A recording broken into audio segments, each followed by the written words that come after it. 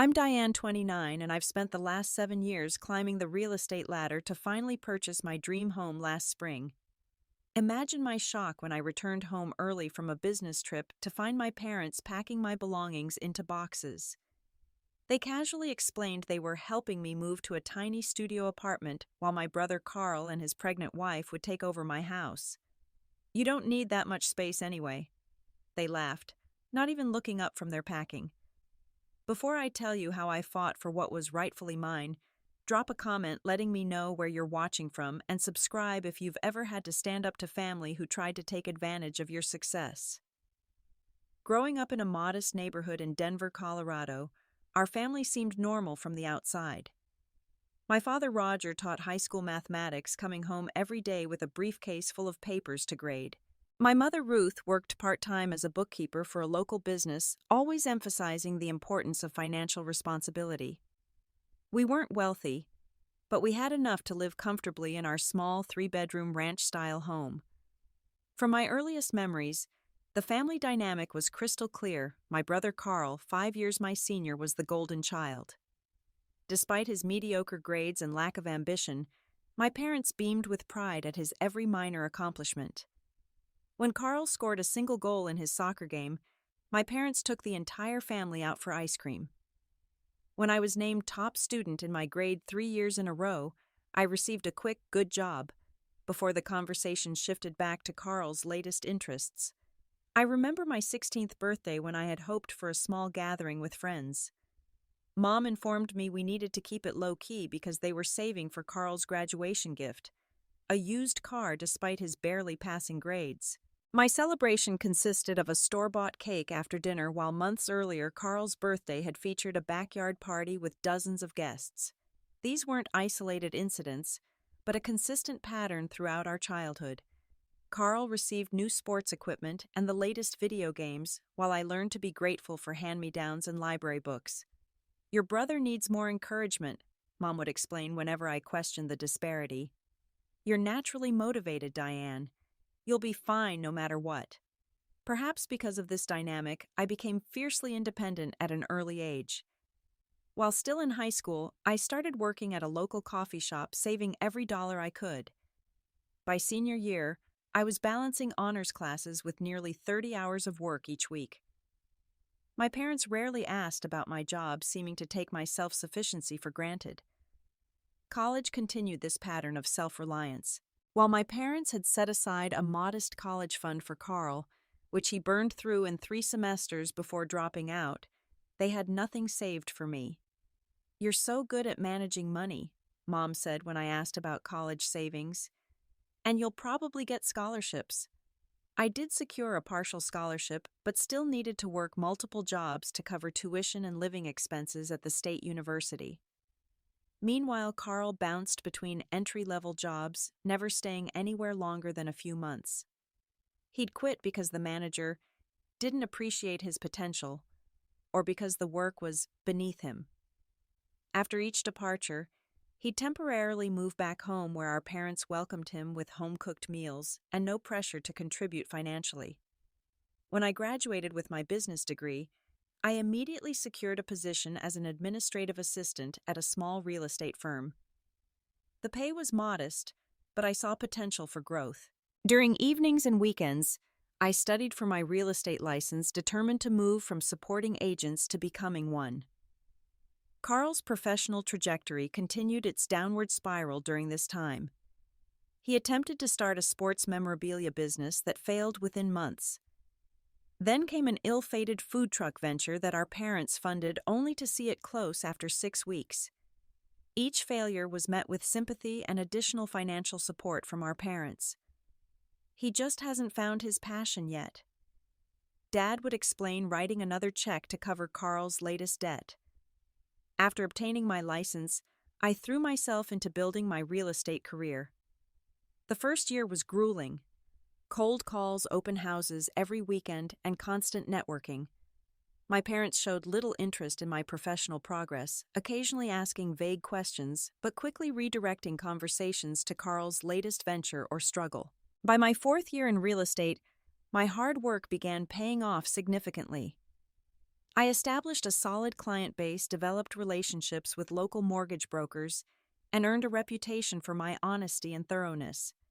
My income doubled, then tripled. I lived frugally in a small one-bedroom apartment, banking most of my commissions toward my dream owning a beautiful home of my own. 2 years ago, Carl met Peggy at a mutual friend's barbecue.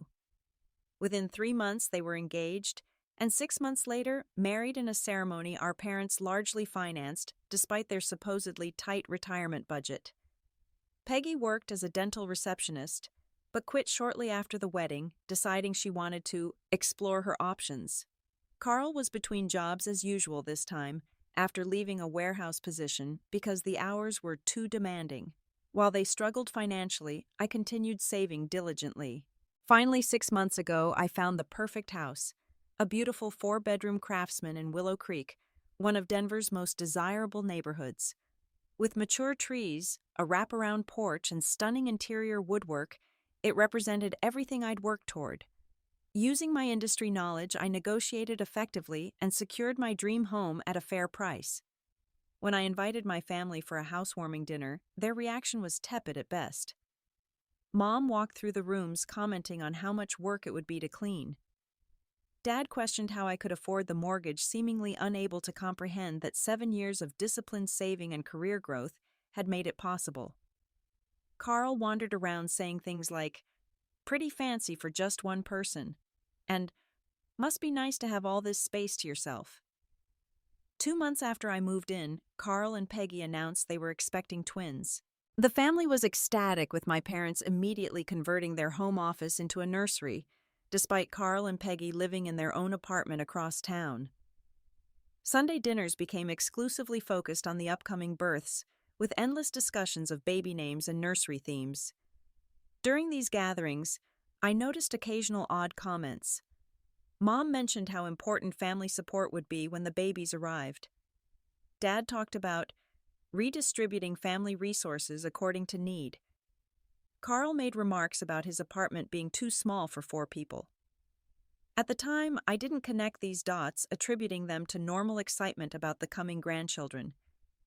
What I didn't know then was that Carl had lost his latest job months earlier. He wasn't working part-time delivery as he claimed. He wasn't working at all. Peggy wasn't just taking a break from work. They couldn't afford childcare for her to return after the babies came. My parents had been quietly supporting them financially, stretching their retirement savings to cover Carl and Peggy's rent and expenses. All these factors were converging toward the ambush I would discover upon returning home early from my business trip. A perfect storm of my brother's irresponsibility, my parents' enabling behavior, and their lifelong pattern of prioritizing his needs over mine was about to crash directly into the life I had built for myself. The Chicago Real Estate Conference had been a golden opportunity to network with top agents from across the country. I'd been selected to participate in a panel discussion on marketing strategies for first-time homebuyers, a niche I'd successfully developed in my practice. After my presentation received overwhelmingly positive feedback, several national agencies approached me about potential collaboration opportunities. Riding this professional high, I decided to catch an earlier flight home, rather than staying for the optional workshops on the final day. I hadn't told my family about my early return. I was looking forward to a quiet evening in my house, perhaps enjoying a glass of wine on my porch swing while watching the sunset over the mountains. The 3-hour flight gave me time to decompress and organize my notes from the conference. I'd made valuable connections and gathered innovative ideas to implement with my clients. By the time we landed in Denver, I felt both accomplished and exhausted, that particular combination of tiredness and satisfaction that comes from professional success. Driving from the airport through familiar neighborhoods, I found myself smiling at the thought of being home. After a career focused on helping others find their perfect homes, having my own still felt magical. Every time I turned onto Maple Avenue and saw my craftsman house with its distinctive green trim and welcoming porch, I felt a surge of pride. This was tangible proof of my years of hard work and sacrifice. As I approached my house, that warm feeling of homecoming evaporated instantly. My parents' blue sedan sat in the driveway alongside an unfamiliar white rental truck with a National Moving Company logo emblazoned on its side. My first thought was that there must be new neighbors moving in nearby, and my parents had stopped by for some reason. I pulled into my driveway, noticing the front door standing slightly ajar, something I would never do being conscientious about home security. Walking quickly to the entrance, I pushed the door open to find my living room in disarray. My carefully arranged bookshelves were half empty with stacks of my books piled into cardboard boxes. The decorative pillows and throw blankets were gone from my couch. The framed photography collection I'd assembled from my travels was missing from the walls, leaving ghostly rectangles on the paint. My heart raced as I stepped further inside. Had I been robbed? But why would burglars take books and leave the television? And why would my parents' car be outside during a break-in? "Hello," I called out, voice edged with panic. "Is anyone here?" "We're upstairs, honey." My mother's cheerful voice floated down from the second floor as if nothing unusual was happening. Following her voice, I climbed the stairs and turned toward my bedroom, where I found both my parents in the midst of what could only be described as systematic dismantling of my personal space. Mom was removing clothes from my closet, folding them with practiced efficiency into a large suitcase. Dad was wrapping my bedside lamps in newspaper and placing them in a box labeled "Diane, Fragile." "What are you doing?" I asked, frozen in the doorway, unable to process the scene before me. They both looked up, smiling, as if this was completely normal. No guilt, no embarrassment, just casual acknowledgement of my presence. "You're back early," Mom exclaimed, continuing to fold my favorite sweater. "We wanted to surprise you by having everything packed and ready." "Packed for what?" I managed to ask, still trying to comprehend why my parents were boxing up my belongings without my knowledge or permission. Dad sealed a box with packing tape before answering. "For your move, of course. We found you a nice studio apartment in Riverside Towers. It's small but very efficient, perfect for a single person. And it's only a 15-minute drive from our house, so you can visit any time." "My move," I repeated, feeling as if I'd stepped into an alternate reality. "I'm not moving. This is my house. I just bought it 6 months ago." Mom and Dad exchanged a look I couldn't quite interpret, something between amusement and concern, as if I was being deliberately obtuse. "Well, yes," Mom said slowly, as if explaining something to a child. "But Carl and Peggy need a bigger place now with the twins coming. This house is perfect for them. 4 bedrooms, nice yard, good school district. You don't need all this space for just yourself." The casual way she delivered this bombshell, as if it was a decision already made and agreed upon, left me momentarily speechless. I looked around my bedroom, now half packed into anonymous brown boxes, and felt a surge of disbelief. "Let me get this straight," I said, fighting to keep my voice level. "You're packing up my things without asking me to move me out of the house that I bought with my own money, so that Carl and Peggy can live here instead." "That's right," Dad confirmed, seeming pleased that I understood. "Family has to stick together in times of need. Carl lost his job 3 months ago. Did he tell you? And with the babies coming, they really need the space. We've already paid the security deposit on the studio," Mom added brightly. "It's a bit more than Carl and Peggy can afford for rent here, but we figure you can manage it with your real estate commissions." They continued chatting about the logistics as if this was a settled matter. Mom mentioned that Carl and Peggy were picking out paint colors for the nursery, my current home office.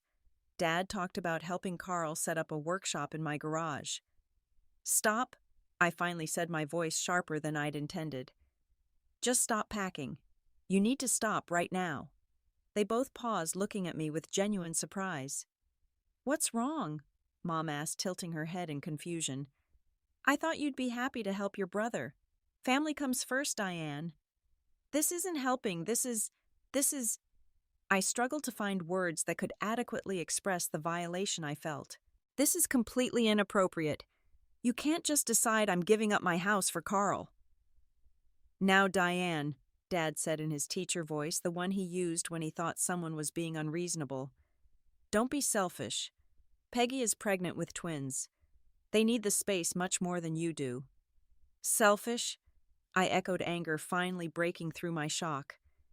This is my house. I worked for years to afford it. I saved every penny while Carl was jumping between jobs and starting failed businesses that you funded. How am I the selfish one for not wanting to give up everything I've worked for?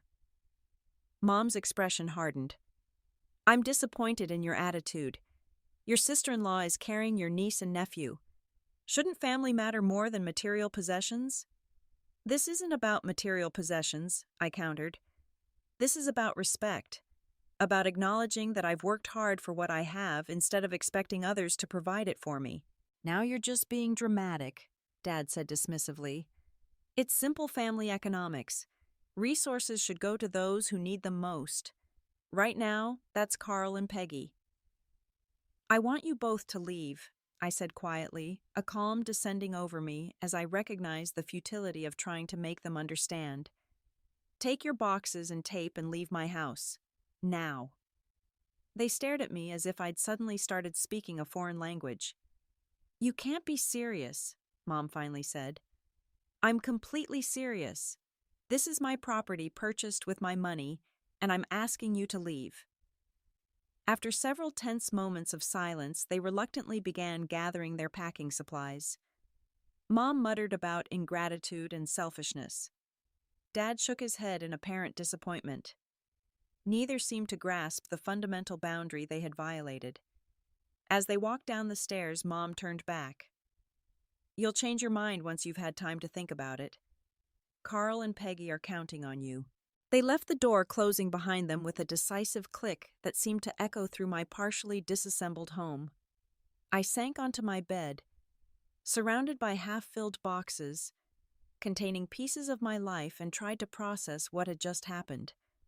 My own parents had entered my home without permission, begun packing my belongings, and expected me to surrender my house to my brother, all without even consulting me. The breathtaking entitlement of their actions left me stunned. How could they possibly think this was acceptable? As the initial shock faded, another emotion took its place: determination. This house represented everything I'd worked for, every sacrifice I'd made, while my brother drifted through life expecting others to solve his problems.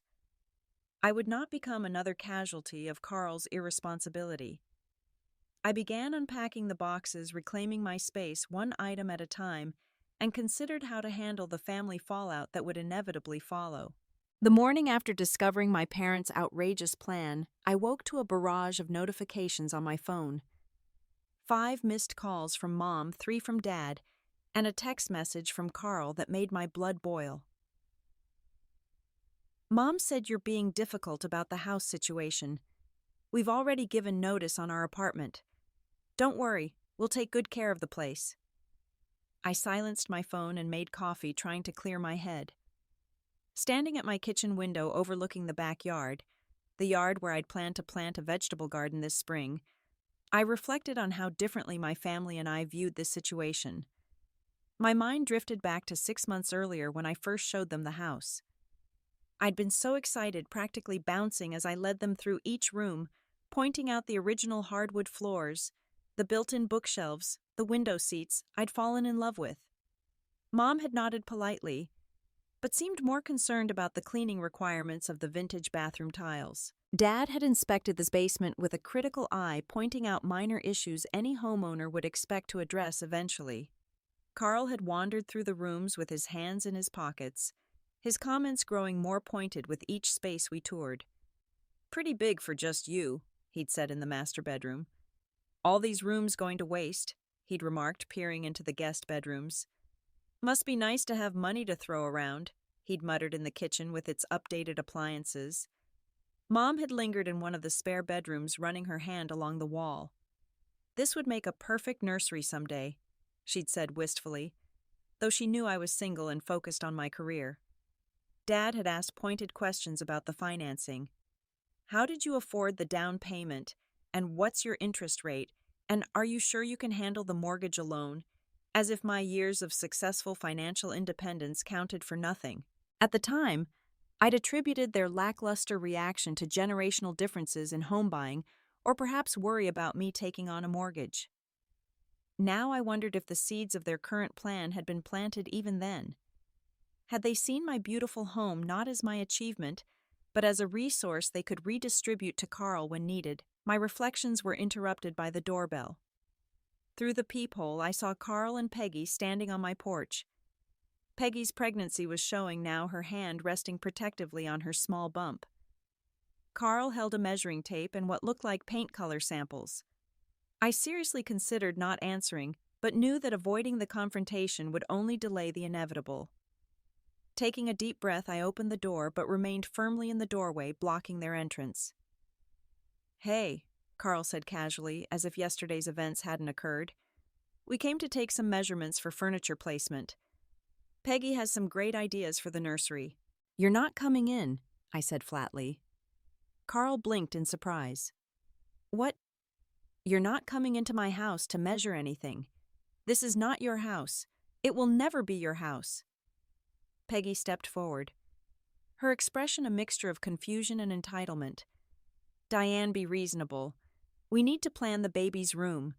Your parents said—" "I don't care what my parents said," I interrupted. "They had no right to make promises about my property." "It's just a house," Carl said, his tone growing irritated. "You can get another one. You're in real estate, for crying out loud." "Just a house," I repeated incredulously. "This is my home. I worked for years to afford it. I saved while you were blowing through businesses that Mom and Dad financed. I sacrificed while you were being bailed out of every poor decision." "That's not fair," Carl protested. "Not everyone can be Miss Perfect like you." "This isn't about being perfect. It's about being responsible for your own life, instead of expecting others to fix everything for you." Peggy's eyes filled with tears. Whether genuine or tactical, I couldn't tell. "What about the babies? We've already given notice on our apartment. We have nowhere to go in 30 days. That revelation caught me off guard. "You gave notice before confirming you had somewhere to move."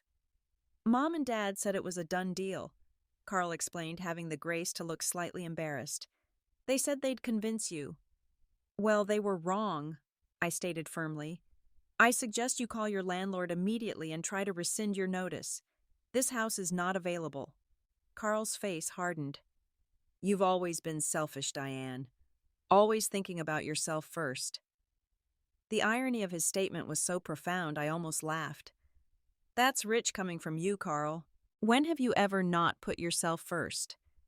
When have you ever considered how your actions affect others?" "We're family," he insisted, as if that single word trumped all other considerations. "Family is supposed to help each other." "Help is a two-way street," I replied, "and it doesn't include giving away my house. Now please leave my property." As they walked back to their car, Peggy crying openly now, Carl turned back. "Mom and Dad are calling a family dinner tonight to discuss this. You should be there if you want any relationship with this family going forward." The implied threat hung in the air between us. Attend and submit, or be ostracized. The emotional manipulation was so transparent it would have been comical if it weren't so painful. The family dinner that evening was clearly designed to maximize pressure on me. Not just my parents and Carl and Peggy, but also aunts, uncles, and cousins crowded around my parents' dining table. The message was clear: the entire family expected me to fall in line. Aunt Geraldine, my father's older sister, cornered me before dinner.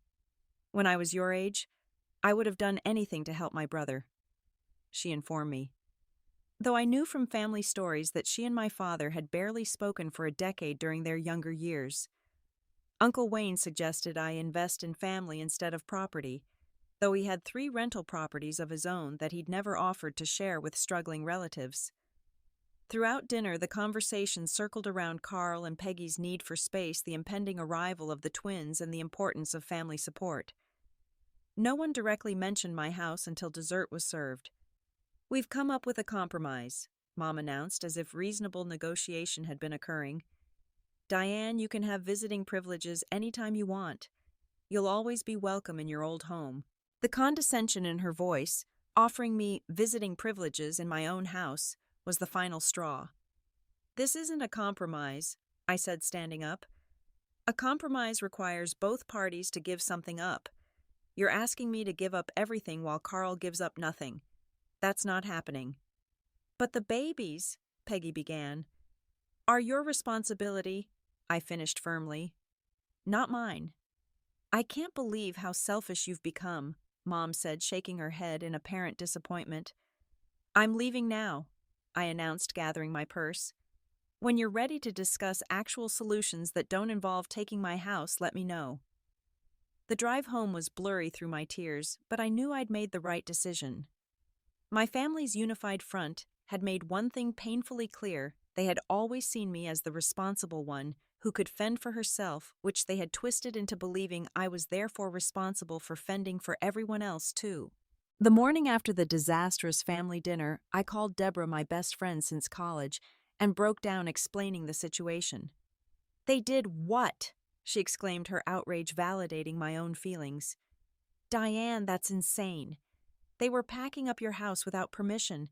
That's not just crossing a boundary, that's demolishing it with a wrecking ball." Hearing someone else recognize the absurdity of my family's behavior was immensely comforting. For a moment, I'd begun questioning my own reaction. Was I being unreasonable? Selfish Deborah's indignation reassured me I wasn't. "Can you come over tonight?" I asked. I could use a friendly face. That evening, Deborah arrived with reinforcements.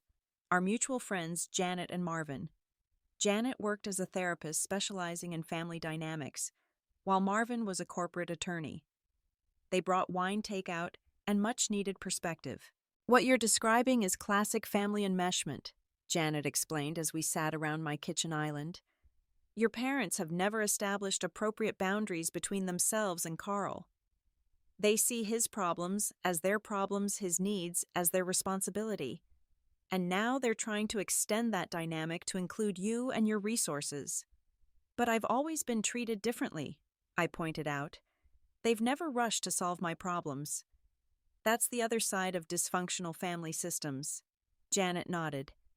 "You were assigned the role of the capable one early on. In their minds, that means you don't need support. But it also means your resources are available to support the needy family members." Marvin always practical addressed the legal aspects. "From a property rights perspective, this is straightforward. You own this house. Full stop. They have zero legal claim to it, and any attempt to force you out would constitute criminal trespass." "They already used a spare key to enter without permission," I admitted. "Change your locks immediately," Marvin advised, "and install security cameras. If they attempt to move your brother in while you're away, you'll want documentation." Their support strengthened my resolve, but the emotional toll remained heavy. After they left, I sat on my porch swing, trying to reconcile the family I thought I had with the one that was revealing itself through this crisis. The next morning, I discovered my parents had indeed returned while I was at the family dinner. Some furniture had been subtly rearranged, and I found nursery-design printouts left conspicuously on my kitchen counter, pastel colors and crib arrangements for the room that served as my home office. That afternoon, I had 3 new locks installed, changed the garage door code, and set up security cameras covering all entrances. I felt ridiculous taking these measures against my own parents, but their behavior had left me no choice. Seeking professional guidance beyond my friend Janet's informal advice, I scheduled a consultation with Dr. Samuel, a family therapist recommended by a colleague. His office was a calm space with muted colors and comfortable furniture, the kind of environment that invited honesty. "What you're experiencing is unfortunately common in families with long-established dysfunctional patterns," Dr. Samuel explained after I recounted recent events. "Your parents have created a family system where Carl's needs automatically outrank yours. They likely don't even see it as unfair. To them, it's simply how family works." "How do I make them understand how inappropriate their behavior is?" I asked. "That's the challenging part," he replied thoughtfully. "People entrenched in these patterns rarely recognize them without significant intervention. Your best approach is to establish and maintain clear boundaries while offering alternative ways to help that don't compromise your well-being. Over the next 2 sessions, Dr. Samuel helped me identify common manipulation tactics my family might employ and develop responses that were firm but not hostile. We role-played conversations and crafted a script for a final family meeting. Remember, he advised, you can't control their reaction, only your response. They may not accept your boundaries immediately or ever. Your goal is to be clear and consistent regardless of their acceptance. Armed with this guidance, I prepared for a confrontation on my terms. I gathered all documentation related to my house purchase, deed mortgage statements, payment records, and created a simple presentation outlining my position. I rehearsed responses to emotional appeals, practiced redirecting manipulation attempts, and strengthened my resolve to stand firm. The night before my planned meeting, I sat alone in my living room surrounded by the home I'd created for myself. Each piece of furniture, each decorative touch, represented a deliberate choice, a small celebration of my independence and success. The built-in bookshelves held volumes I'd collected over years, arranged by subject and author. The kitchen drawers contained utensils and gadgets I'd gradually acquired as my cooking skills developed. The spare bedroom functioned as my home office where I often worked late into the evening serving clients. This wasn't just a structure with a certain square footage and market value. This was the physical manifestation of my journey to self-sufficiency, a sanctuary I had earned through thousands of hours of work and sacrifice. I remembered the countless weekends spent hosting open houses instead of socializing with friends, the evenings studying market trends instead of dating, the years in a cramped studio apartment saving every possible dollar toward my down payment, while Carl received financial bailouts for his latest failed venture. Deborah's question from earlier echoed in my mind. Would you let anyone else treat you this way? The answer was unequivocally no. If a friend or colleague had attempted what my family was doing, I would have cut them out of my life without hesitation. Why should sharing DNA entitle them to worse behavior rather than better? With that clarity, I sent a group text to my parents and Carl, inviting them to my house the following evening at 6 o'clock for a discussion about the housing situation. I specified a 1-hour time limit and requested that Peggy not attend, wanting to address my core family unit directly. As responses of confirmation came in, I felt a curious lightness. Whatever happened tomorrow, I would no longer be swept along by their expectations and demands. I would stand firm in my truth, even if it meant redefining my relationship with my family permanently. The following evening, I prepared my dining room table with deliberate formality. Water glasses, legal pads, and pens at each place setting. My property documentation arranged in labeled folders. A timer set for 1 hour placed prominently in the center. They arrived together, my parents and Carl exchanging glances as they noted the business-like setup. Dad looked irritated, Mom appeared ready for an emotional confrontation, and Carl seemed sullen, avoiding direct eye contact. Thank you for coming, I began once they were seated. I've asked for this meeting to address the situation regarding my house directly and clearly. Diane, Mom immediately interrupted. If you just listen to reason. I'll be speaking first, I said firmly, surprising myself with my calm authority.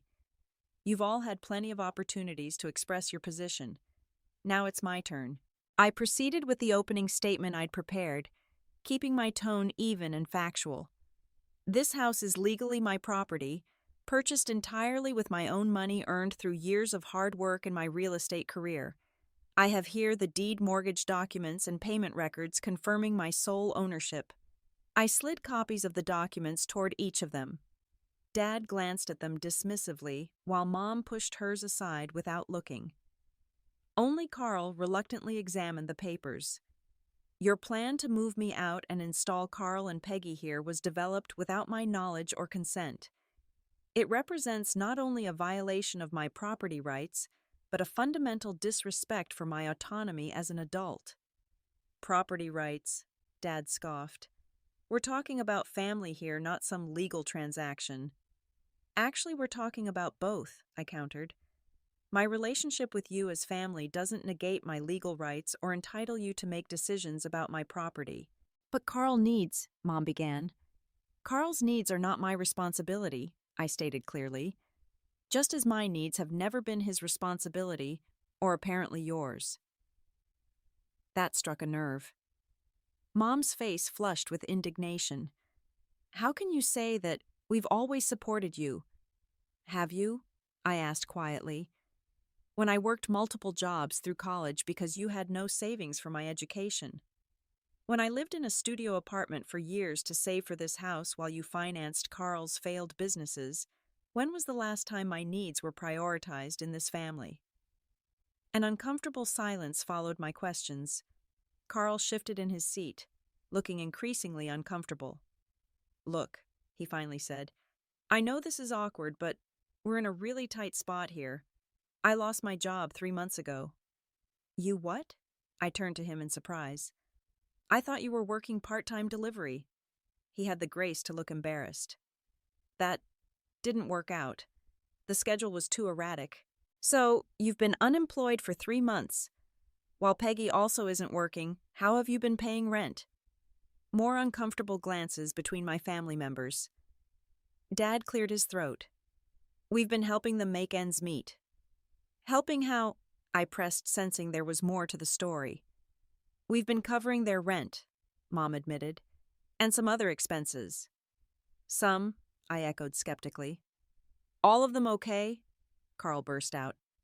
We're broke. Completely broke. I've got twins on the way and no income. My credit is shot from the business loans. We can't even qualify for a decent apartment, let alone afford one big enough for 4 people. The truth finally emerged. This wasn't just about my family thinking I should share my good fortune. This was about financial desperation and looking for the easiest solution. Me. Why didn't you just tell me this from the beginning? I asked. Instead of trying to trick me out of my house. Would you have helped if we asked? Carl challenged. I would have helped in ways that didn't involve giving up my home, I replied honestly. I could have used my industry connections to find you affordable housing. I could have helped with job leads. There were many options between doing nothing and surrendering my house. It wasn't just about finances, Mom interjected. We remortgaged our house to cover some of Carl's previous debts. We're stretched to the limit. When we saw your big, beautiful house with all that unused space, you saw a solution to problems you helped create, I finished for her. By constantly rescuing Carl from consequences, you've enabled him to continue making poor choices. And now you expect me to join that cycle. That's not fair, Dad protested, though, with less conviction than before. Actually, it is fair, I countered. And it's time for honesty here. Why have you always treated us so differently? Why has Carl always gotten support bailouts and understanding while I was expected to manage on my own? The question hung in the air, uncomfortable and unavoidable. Mom looked away. Dad studied his hands, and Carl seemed genuinely surprised by the question, as if he'd never considered our disparate treatment. Finally, Mom spoke in a small voice. We never thought you'd need as much help. You were always so capable, so independent. Carl struggled more, so we gave him more attention. We assumed you'd be fine no matter what, Dad added. You always landed on your feet. I landed on my feet because I had no choice, I said quietly. I knew no one would catch me if I fell. And honestly, Mom continued as if compelled to complete the truth, we never expected you to be this successful, to buy a house like this on your own. It didn't seem possible. That admission struck deep. They had underestimated me my entire life, never believing I could achieve what I had. My success wasn't celebrated because it wasn't anticipated or even fully believed. So when you saw my house, I said slowly, processing this revelation, you didn't see my achievement. You saw a family resource that could be redistributed to Carl, who you always assumed would need help. Dad nodded reluctantly. Something like that. Carl looked increasingly uncomfortable. I didn't know they felt that way, he said, and I was surprised to detect what seemed like genuine remorse in his voice. I just assumed, I don't know, that things were easier for you somehow. Nothing has been easy, I told him. I've worked for everything I have often while watching you receive what I had to earn. A heavy silence fell over the table. For perhaps the first time, my family was seeing me clearly, not as the self-sufficient daughter who needed nothing but as someone who had been systemically denied the support freely given to my brother. "What do you want from us, Diane?" Dad finally asked. "I want respect for my boundaries. My house is not available to Carl and Peggy or anyone else. That's non-negotiable." I leaned forward, making eye contact with each of them. "But that doesn't mean I won't help in appropriate ways." "What does that mean?" Carl asked cautiously. "It means I'll use my real estate expertise to help you find housing you can actually afford. It means I'll help you create a realistic budget and financial plan. It means I'll support you as a sister should, but not at the expense of my own well-being. And if we don't accept those boundaries," Mom asked, a hint of challenge in her voice, "then we'll have a very different kind of relationship moving forward," I replied evenly. "One with much more distance and much less involvement. The choice is yours." As the timer chimed, signaling our hour was up, I stood. "I've said what I needed to say. The decision about where we go from here is now in your hands." They left with subdued goodbyes, clearly shaken by the confrontation and revelations.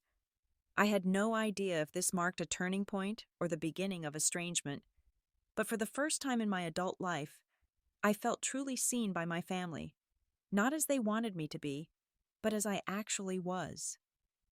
2 weeks of silence followed our confrontation. No calls from Mom, no texts from Dad, no passive-aggressive social media posts from Carl. The quiet should have been peaceful, but instead it felt heavy with unresolved tension and unsaid words.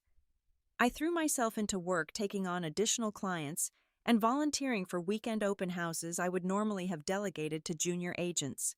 Keeping busy helped distract from the hollow feeling that had settled in my chest. Had I lost my family by standing my ground?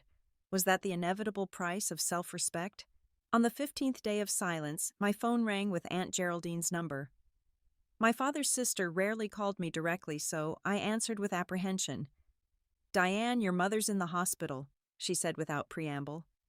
"Stress-induced hypertensive episode. She's stable, but they're keeping her overnight for observation." My heart dropped. "Which hospital? I'll come right away." Despite our conflict, the news sent me rushing to St. Luke's Medical Center. I found my mother in a private room, looking smaller and older than I remembered against the white hospital linens. Dad sat beside her bed, his expression a mixture of worry and exhaustion. "Diane," Mom said weakly when she saw me, "you didn't need to come." "Of course I did," I replied, approaching her bedside. "You're my mother." Dad stood awkwardly. "I'll get some coffee and give you two a moment." When we were alone, Mom sighed heavily. "The doctor says I need to reduce stress in my life. Isn't that ironic? After everything that's happened." The implication was clear. She considered me the source of her stress, not the situation itself or her own actions. "Mom, I'm sorry you're unwell," I said carefully, "but my boundaries aren't responsible for your health issues." "Always so logical," she murmured. "So detached. Family means more than property, Diane. Someday you'll understand that." I bit back a defensive response, recognizing the futility of arguing with someone in a hospital bed. Instead, I simply sat with her until Dad returned, making non-committal responses to her passive-aggressive comments about family obligation and maternal sacrifice. In the hallway outside her room, I nearly collided with Carl, who was arriving with a bouquet of flowers. "How is she?" he asked, genuine concern in his voice. "Stable. The doctor says she'll be fine with rest and medication." He nodded, then fixed me with an accusatory stare. "This is what happens when you put your house above your family's well-being." The unfairness of his statement hit me like a physical blow. This isn't about the house, Carl. It's about years of dysfunctional patterns finally reaching a breaking point. All I know is Mom was fine until you refused to help us, he countered. Was she? Or was she already stressed from remortgaging their house to bail you out again?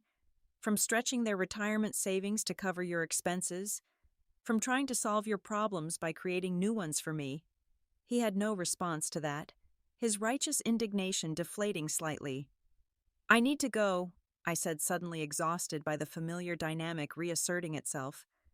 Tell Mom I'll check on her tomorrow.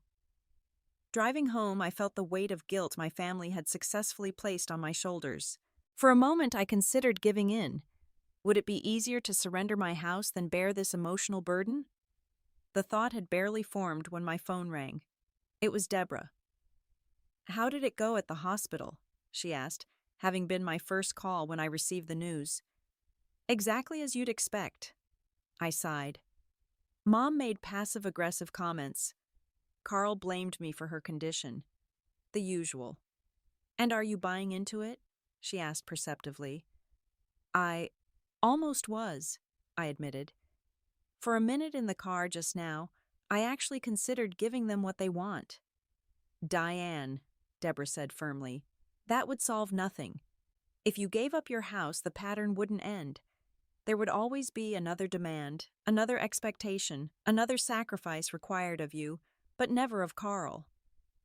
Her words cut through the fog of guilt and familial obligation. You're right. I know you're right. Come over, she suggested. Janet and Marvin are here. We'll order pizza and remind you why you're standing your ground. That evening with my chosen family, friends who supported without manipulating, who cared without controlling, restored my perspective. When I mentioned considering surrender, Janet immediately suggested an emergency session with Dr. Samuel the next morning. Family systems have powerful gravitational pulls, Dr. Samuel explained during our session. When you try to change your role, from the compliant, responsible daughter to someone with boundaries, the system exerts tremendous pressure to pull you back into your assigned position. Like Mom's hospitalization, I realized. The timing feels almost tactical. I'm not suggesting your mother manufactured a medical condition, he clarified. But the physical manifestation of emotional stress is real, and in family systems like yours, it often serves to reinforce the established patterns. So what do? I can't just ignore that she's in the hospital. Show appropriate concern without assuming responsibility for her condition, he advised. And continue to offer constructive help that doesn't compromise your boundaries. Armed with this guidance, I drafted a formal letter to my family. I expressed concern for Mom's health and genuine desire to help Carl and Peggy in ways that didn't involve surrendering my home. I outlined specific offers using my real estate connections to find them affordable housing, helping Carl with his resume and job search, even offering to contribute to a baby fund for necessary supplies. I concluded by restating my boundaries regarding my home and the consequences if those boundaries weren't respected, namely, limited contact and a fundamentally changed family relationship. After sending the letter, I received more angry calls and texts, accusing me of heartlessness and formality toward my own family. I let them go to voicemail, recognizing them as attempts to pull me back into unproductive emotional engagement. 3 days later, I received an unexpected visitor. Aunt Virginia, my father's younger sister who lived in Seattle and rarely participated in family drama, stood on my porch with a small suitcase. I'm in town for a few days, she explained. Thought I'd check on my favorite niece and see this house I've heard so much about. Virginia had always been different from the rest of the family, more independent, less entangled in the dynamics. As we toured my home, she nodded appreciatively at each room. You've done well for yourself, Diane. This place suits you. Over coffee on my porch, she broached the subject of the family conflict. Your father called me, you know. Wanted me to talk some sense into you. I tensed, preparing for another assault on my boundaries. I told him I'd need to hear your side first, she continued. And having heard it, I have to say, you're right to stand your ground. Her support was so unexpected that I nearly spilled my coffee. You think so? Absolutely. This pattern with Carl isn't new. Your parents did the same with our brother Louis when we were growing up. always rescuing, always enabling, never allowing natural consequences to teach necessary lessons. I had no idea, I said, genuinely surprised. My Uncle Louis had died before I was born, and the family rarely spoke of him. Louis never developed the skills to stand on his own because he was never required to, Virginia explained. It didn't end well for him. By protecting Carl from difficulty, your parents aren't helping him. They're ensuring he'll never develop resilience. Her insight and support gave me something I desperately needed: family validation that I wasn't being unreasonable. When she offered to facilitate a mediated family discussion, I cautiously agreed on condition that it be held on neutral territory and with clear ground rules. They might not come, I warned. Let me handle that, Virginia said with quiet confidence. Sometimes it takes an outside perspective to break entrenched patterns. To my surprise, she succeeded where I had failed. Perhaps because she was family but not directly involved, or because her age commanded respect, Virginia managed to arrange a meeting at her hotel's conference room. My parents Carl and Peggy and I would attend with Virginia moderating. As I prepared for this crucial conversation, I felt neither the guilt that had nearly overwhelmed me at the hospital, nor the righteous anger of our previous confrontation. Instead, I felt a calm determination to establish a new, healthier dynamic with my family, whether they were ready for it or not. The hotel conference room Virginia had reserved offered neutral territory for our family summit. She had arranged the seating thoughtfully, a round table with no head position eliminating subtle power dynamics that might have emerged at a rectangular table.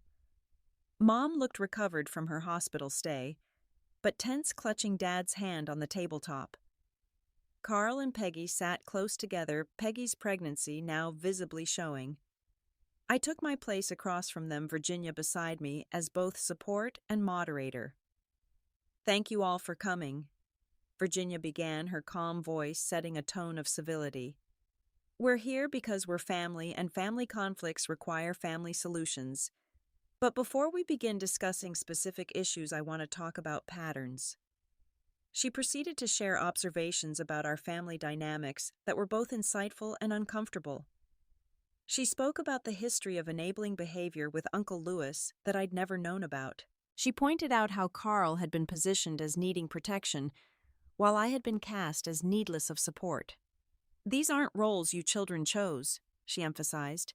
They were assigned to you, and you've both suffered for it in different ways.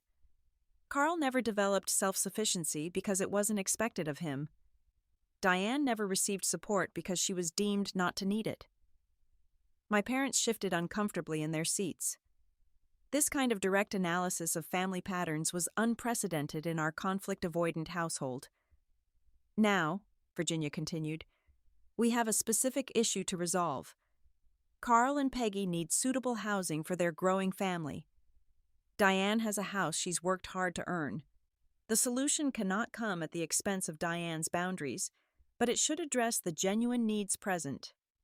We've already tried talking about this, Mom said defensively. Diane refuses to help her brother. That's not accurate, I interjected calmly. I've offered several forms of help. What I've refused is to give up my home. Which is the only thing that would really help, Carl muttered. Virginia raised her hand gently. Let's be precise in our language. Carl, are you saying that the only form of help that would be meaningful is Diane surrendering her house to you? Put so bluntly, Carl looked uncomfortable. Not surrendering, sharing. Family sharing resources. Sharing implies mutual benefit, Virginia pointed out. What would Diane receive in this exchange? The satisfaction of helping family, Mom answered promptly. At the cost of her home privacy and independence, Virginia countered. That's not sharing, that's sacrificing. The conversation continued in this vein, with Virginia calmly challenging distorted thinking and clarifying actual proposals. When emotions threatened to derail the discussion, she skillfully redirected to concrete issues. Gradually, reluctantly, my family began acknowledging realities they had previously dismissed. Yes, I had worked hard for my house. Yes, Carl and Peggy's situation was partly the result of their own choices. Yes, expecting me to give up my home was unreasonable. So where does this leave us? Dad finally asked. Carl and Peggy still need a place to live. Their apartment notice period ends in 2 weeks. I've prepared some options, I said, sliding folders across the table.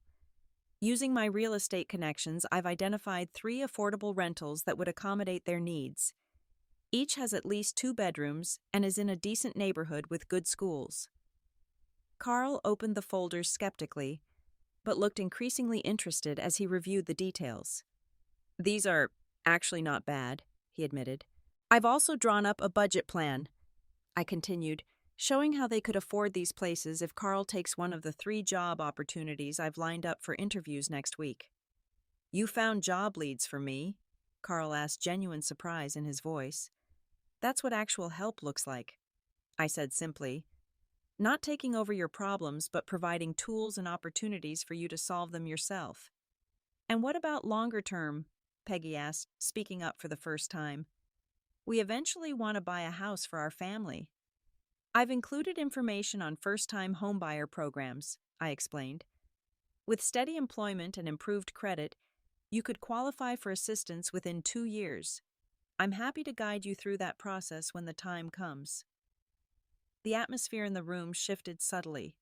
For the first time, we were discussing realistic solutions rather than magical thinking. Carl and Peggy began asking practical questions about the rental options. Dad reviewed the budget I'd prepared with his mathematician's eye for detail. Mom remained quiet but attentive. This could work, Carl finally said, looking at Peggy for confirmation. She nodded cautiously. It won't be as spacious as we hoped, she said with a glance toward me that acknowledged the unreasonableness of their previous expectations. But it would be ours, our own place for our own family. And Diane would help us find something better eventually, she added, looking to me for confirmation. I'll help you develop a plan to qualify for your own home purchase, I clarified. Not give you my house, but assist you in earning your own. Virginia smiled approvingly. This is what family support should look like, empowering each other rather than creating dependency. The meeting concluded with tentative agreements. Carl would interview for the positions I'd arranged. They would tour the rental options the following day. I would help them create a financial plan for long-term stability. As we prepared to leave, Mom approached me hesitantly. I still don't fully understand why you couldn't share your house temporarily, she admitted, but I'm trying to respect your decision.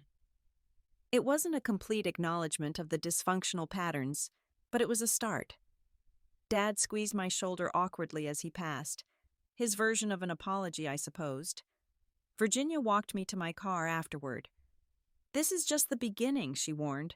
Old patterns don't disappear overnight. There will be backsliding, manipulation attempts, guilt trips.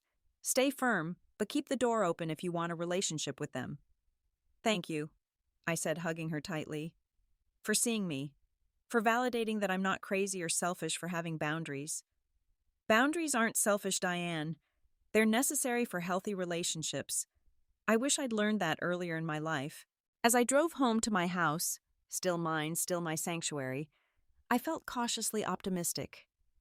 The road ahead would be challenging, but for the first time I believed a healthier family dynamic might be possible. 6 months after our mediated family meeting, I hosted Sunday dinner at my house. This simple act, inviting my family into my home on my terms, represented significant progress in our healing journey.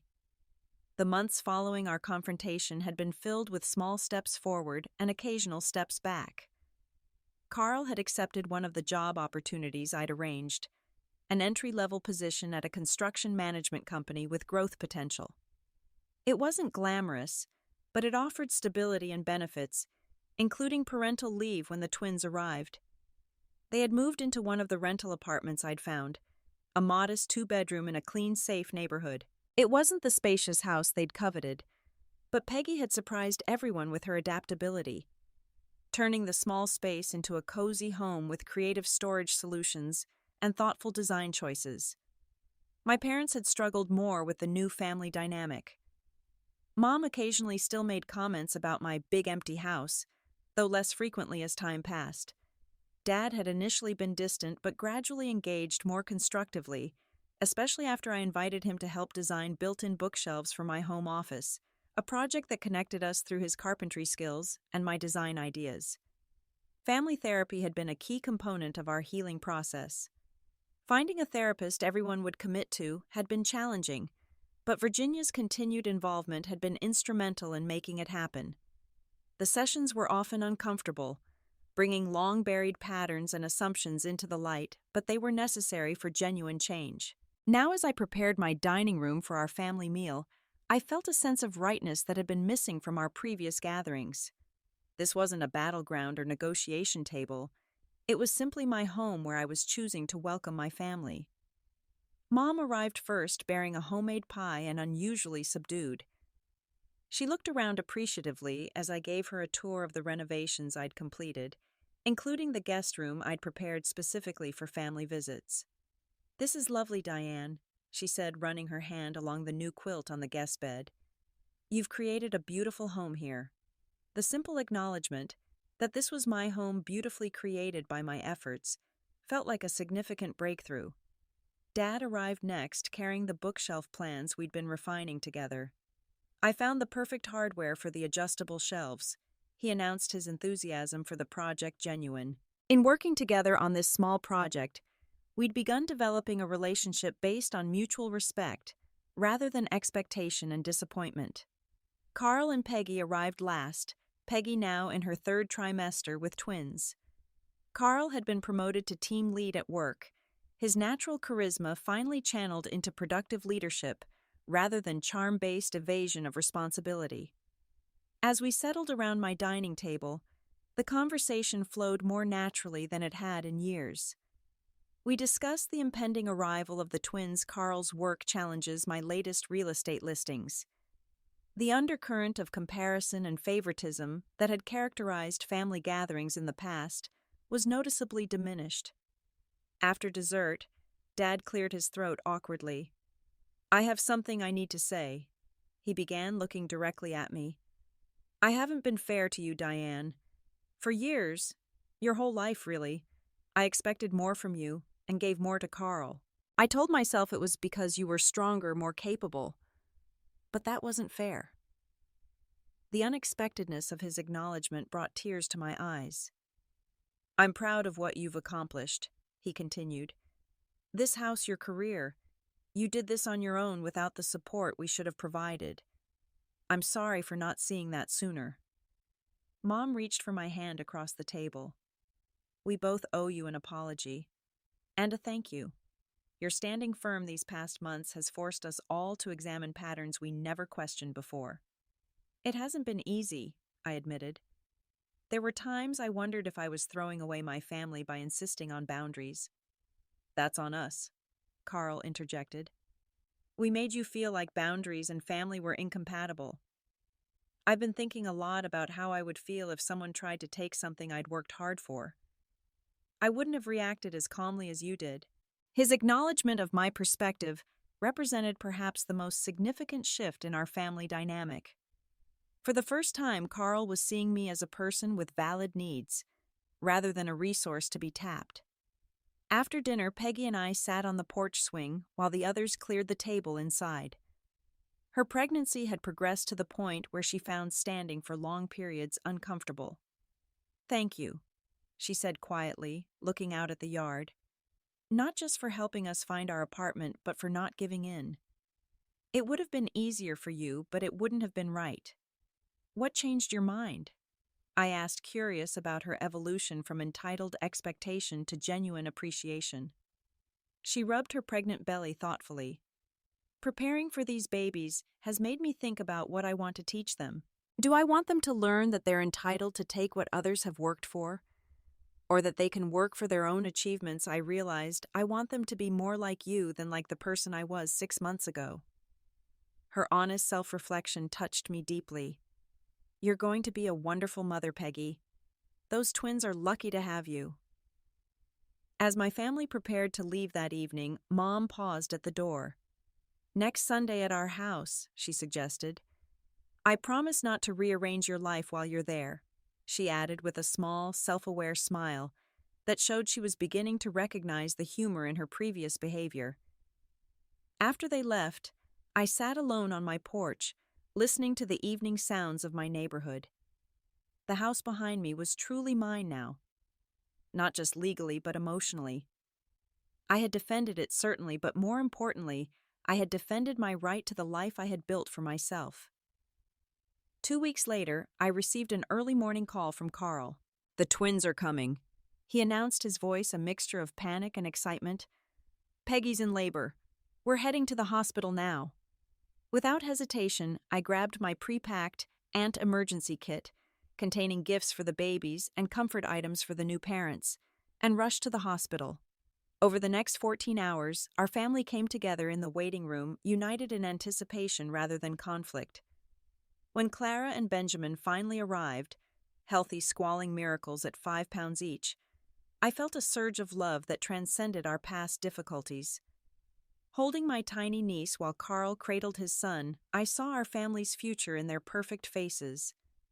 A future where patterns could be broken, where boundaries could be respected, where love didn't require sacrifice of self. "I'm glad you'll be in their lives, Auntie Diane," Carl said softly. "They need someone to teach them persistence and self-reliance, someone who knows the value of working for what matters." In that moment of connection, I realized that standing firm had not only preserved my home and self-respect, it had potentially changed the trajectory for the next generation of our family. By refusing to perpetuate unhealthy patterns, I had helped create space for something healthier to grow. Have you ever had to stand up to family expectations that crossed your boundaries?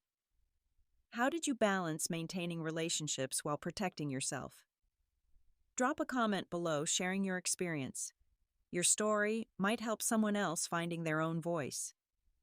If this journey of setting boundaries while preserving family connections resonated with you, please hit the like button and subscribe for more stories about finding strength in difficult circumstances.